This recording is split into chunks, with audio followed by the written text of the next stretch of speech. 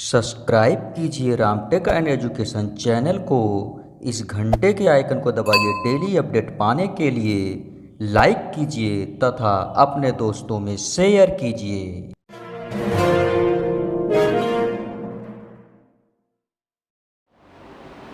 नमस्कार दोस्तों, आप सभी का स्वागत है आपके अपने YouTube channel Ramtek and education में। दोस्तों आज मैं पढ़ाने वाला हूं आप सभी को मापन। दोस्तों मापन यानी कि मेजरमेंट। दोस्तों यह एक ऐसा चैप्टर है जो पूरे फिजिक्स का जान होता है। दोस्तों फिजिक्स में बहुत से ऐसे चैप्टर है जहां पर बहुत सी भौतिक राशियों के सूत्र और उनके मात्रक पूछे जाते हैं। आज मैं इस चैप्टर में बहुत से भौतिक राशियों के सूत्र और उनके मात्रक आपको सिखाने वाला हूं दोस्तों।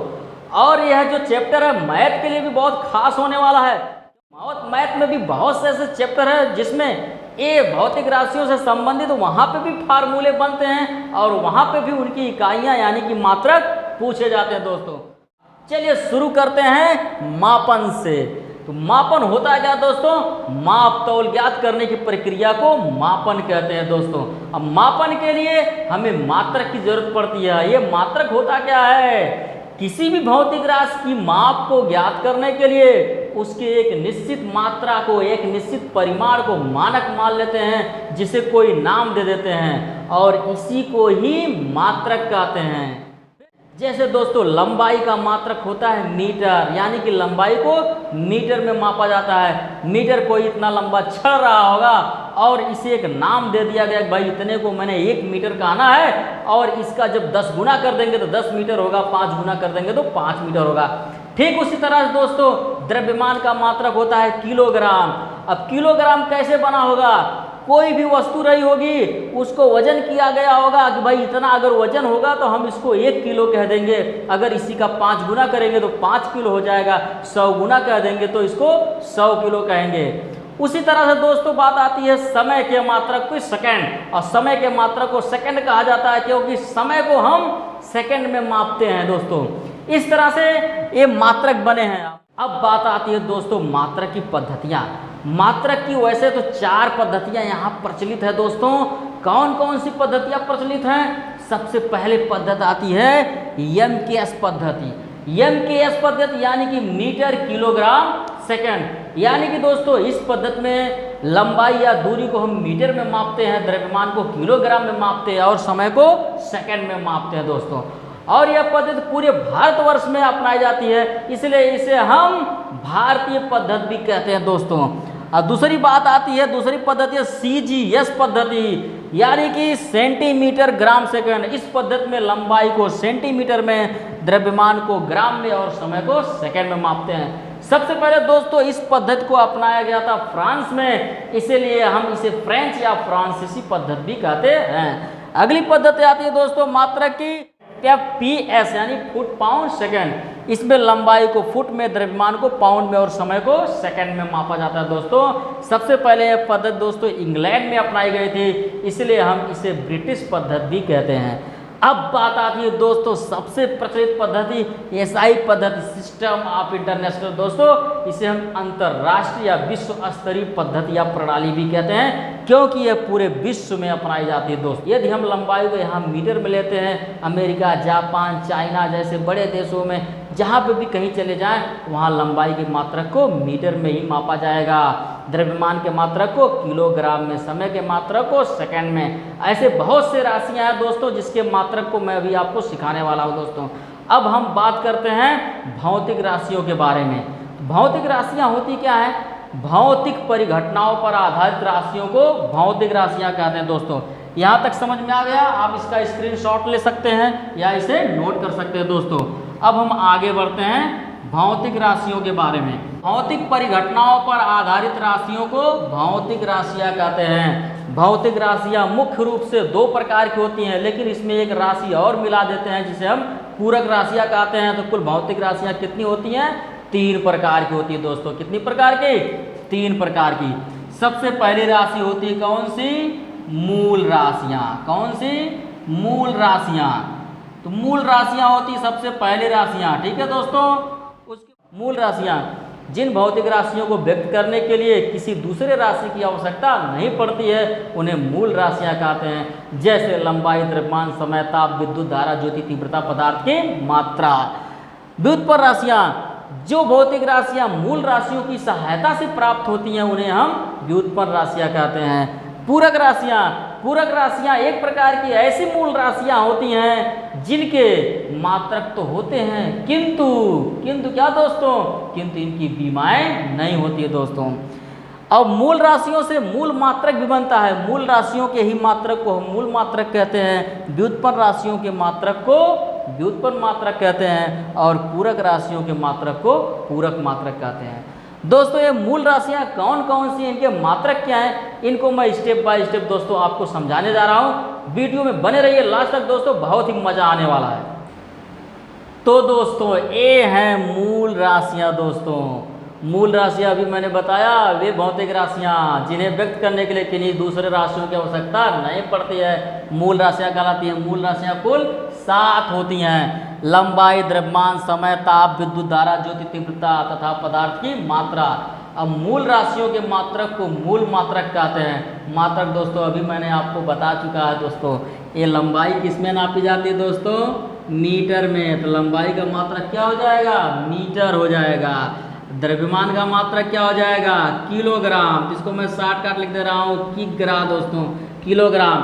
और समय का मात्रक क्या होता है, सेकंड होता है, समय को मापा जाता है सेकंड में। ताप, ताप का मात्रक क्या होता है दोस्तों, केल्विन, ताप का मात्रक क्या होता है, केल्विन। विद्युत धारा का मात्रक होता है एम्पियर, विद्युत धारा का मात्रक क्या होता है, एम्पियर। ज्योति तीव्रता का मात्रक होता है कैंडिला, ज्योति तीव्रता का मात्रक क्या होता है, कैंडिला।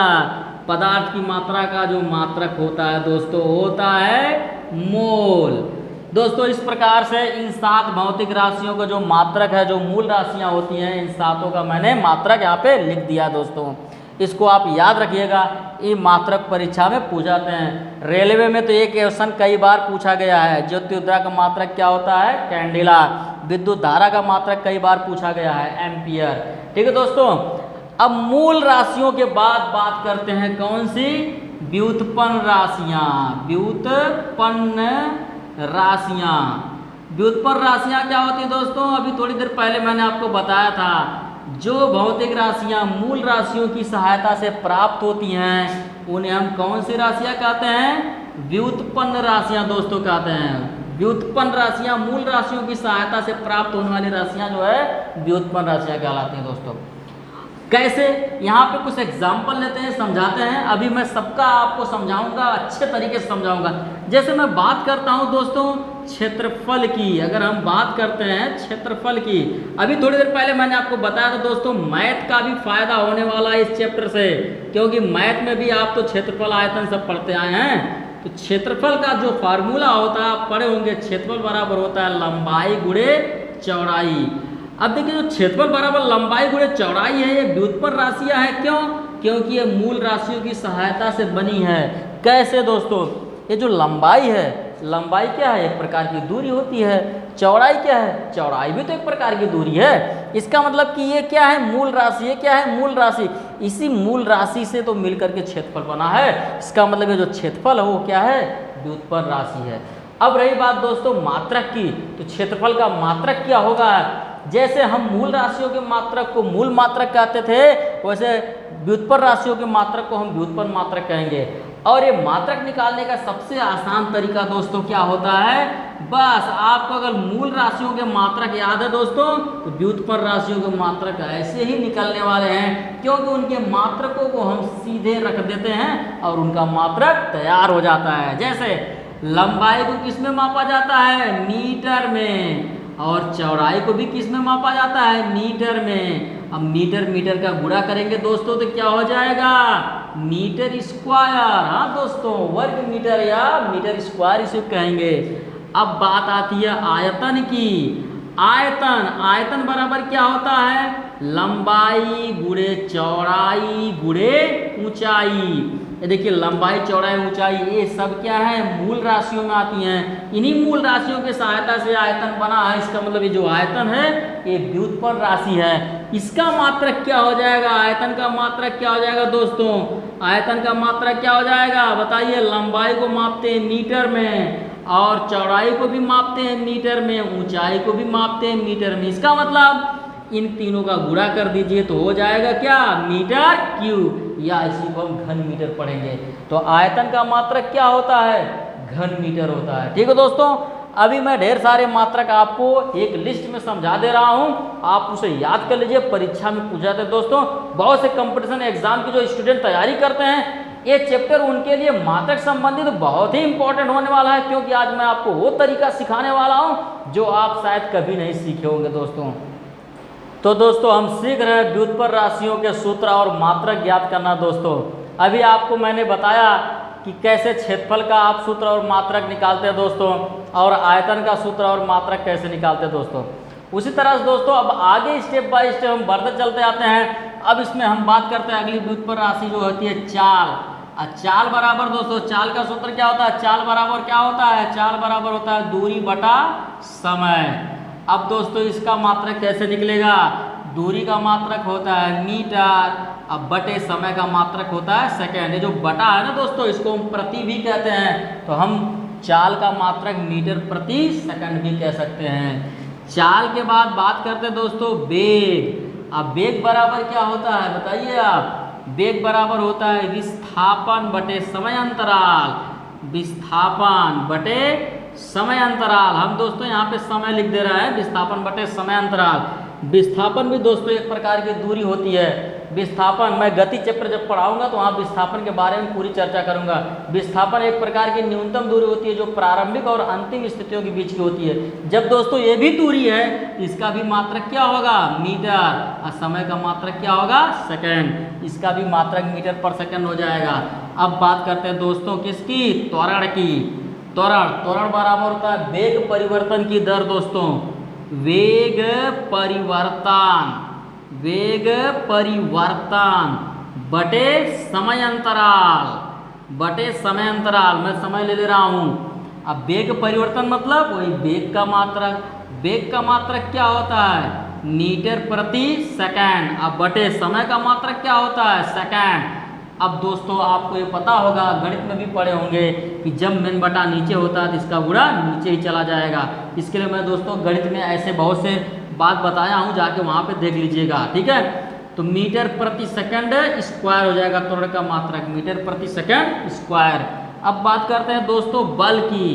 बल बराबर क्या होता है, बल बराबर होता है द्रव्यमान गुणे त्वरण, द्रव्यमान गुणे त्वरण। और द्रव्यमान का मात्रक क्या होता है, किलोग्राम, द्रव्यमान का मात्रक किलोग्राम। और त्वरण का मात्रक क्या होता है, अभी आपने पढ़ा मीटर प्रति सेकंड स्क्वायर। दोस्तों ये किलोग्राम मीटर पर सेकंड स्क्वायर जो होता है ये हम किस पद्धति में है, इसका जो एसआई पद्धति में जो मात्रक होता है, जो अंतरराष्ट्रीय प्रणाली होता है, उसे हम कहते हैं न्यूटन। इसलिए मैं दोस्तों इसे कह दे रहा हूँ न्यूटन, एसआई प्रणाली है।